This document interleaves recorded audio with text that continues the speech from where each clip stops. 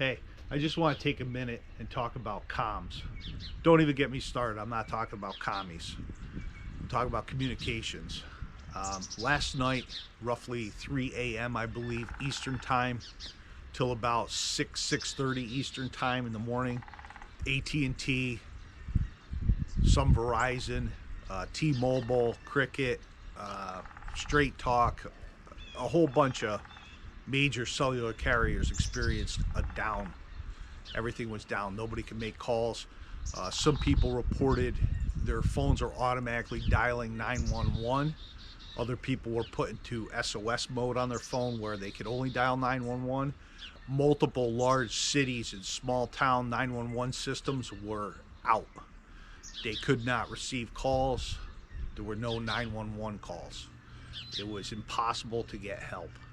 It wasn't a long time, I mean a few hours, but a lot could happen in a few hours, especially this was nationwide from New York to Los Angeles.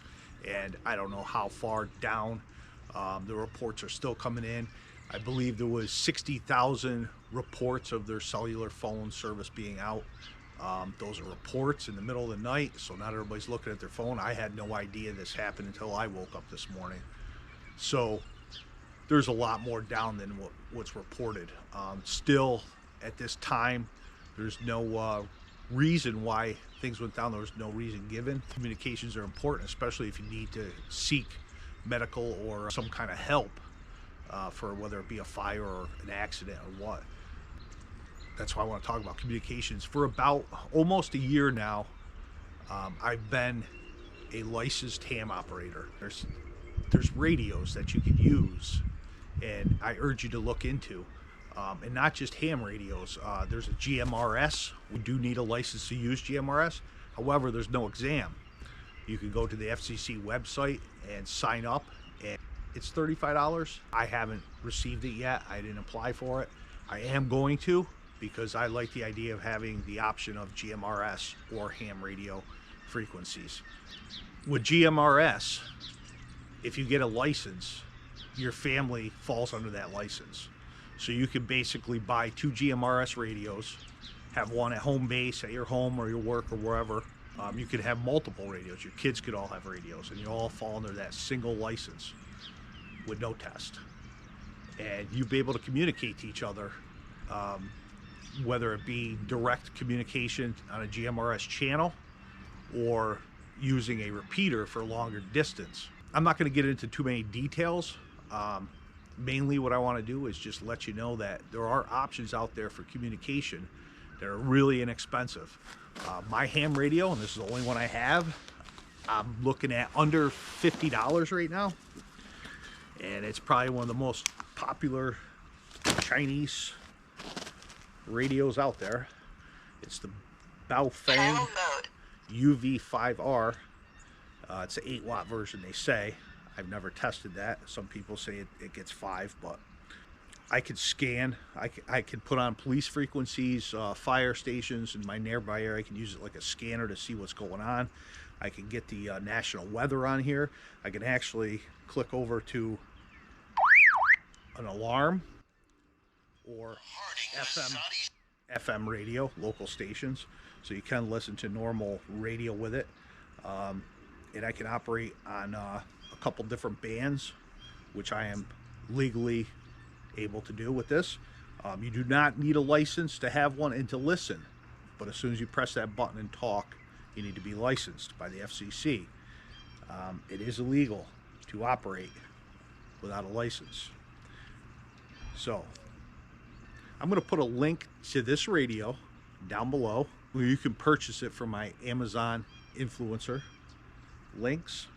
And I'm also going to put a link to, this is an upgraded antenna, and there are fakes on the radios and the antennas, so you might find one cheaper. Don't do it. I did my research. I actually bought a fake antenna first. It didn't work at all. It worked when I bent it with my hands. It was junk. This is a Nagoya NA-771. I've been able to get much better, clearer reception with this. But I'll put a link to this, the antenna. I did buy an extended battery for it. It came with a smaller battery, which I keep charged as a backup and I throw this in my kit when I go places. That way if this one goes dead, I got this. I'll actually put a link to the GMRS version of this radio, which comes in a 2-pack, so you can have one for a family member and yourself, or a car and house, whatever you want to do. But you'll be able to communicate to each other as well as other GMRS users. And you can go a good distance to the repeaters, like I said. So scenario, 911's down, your cell's down, you don't have a landline anymore, there's an emergency, you could potentially hop on here and find somebody to contact to get help. It's a means of communication, and when shit hits the fan, or a natural disaster, emergency, anything can help. So I mean, I suggest GMRS, but I also suggest looking into getting your ham license. Yes, you can use this in a complete disastrous emergency without a license. However, your interpretation of a disaster might not be for somebody else. I mean, it could be a disaster where you are, and 2 blocks away, everything would be fine. You operate on this without a license, and you're breaking the law, and you know, you potentially could be punished for that. So I mean, you could get more familiar with using the radio if you are licensed. So in the event of a situation, you are already educated on how to use it and how to program it and how to properly talk on the airwaves with the good hams out there. This is a repeater roughly 45 minutes from my house. Hear them clear as day. I don't know where they are. They could be 45 minutes on the other side, or 2 hours on the other side, or 3 hours on the other side of that repeater. But you can communicate with those people that far away, just standing in my backyard. So in an event of emergency, even hiking, camping, whatever, no cell service, I take this with me. I would be able to notify somebody and say, hey, I am at this area and I fell down and I have a hurt leg and I cannot move on. Could you do me a favor and call the forest ranger or the police or whoever, and send out a search team and come and rescue me here because I'm cold and hurt. So it is a great tool to have, just for everyday use. If you spend any time in the woods where you don't have cell service, or as a backup, people drop their phones. I mean, I've dropped my phone in the water before and been without a cell for a whole weekend or a few days. So something like this, it's a backup plan, and it's just kind of cool, you know, gives you something to check out. So check out the links down below. Let me know down in the comments. You want me to do a video when I get my GMRS license in radio?